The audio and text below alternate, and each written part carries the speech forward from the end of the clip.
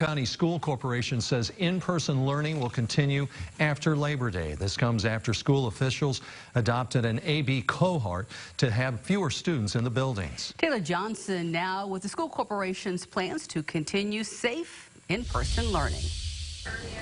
Mike and Dana, this marks week 3 of school for Vigo County. And school officials say after watching things closely, even with some positive COVID-19 cases, they feel confident that in-person learning can keep going. On August 18th and 19th, over 10,000 students returned to Vigo County schools.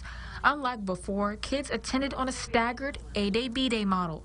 And school officials say so far, it's working. It's kept spread and cases low within our schools at a time where spread is quite high in our community. As of this week, 7 students and 5 staff tested positive for the virus and had on-campus contact. 151 students and 30 staff are quarantined.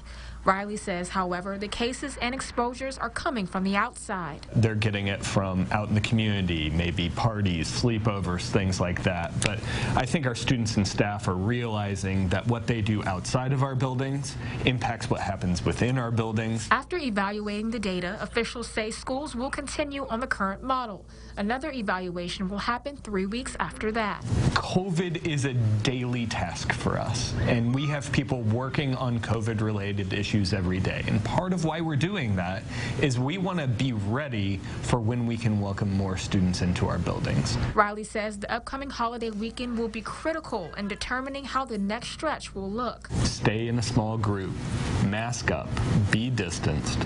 We need to come out of Labor Day showing that our community cares about keeping our kids in school. And keeping kids in school is what they want to do. The impact on mental health and social emotional health can't be understated. And so for those reasons, we want to have as much school as possible. Riley says the school corporation is prepared in the case that virtual learning becomes necessary, but he says going virtual would be their worst case scenario. Mike? All right, thank you, Taylor.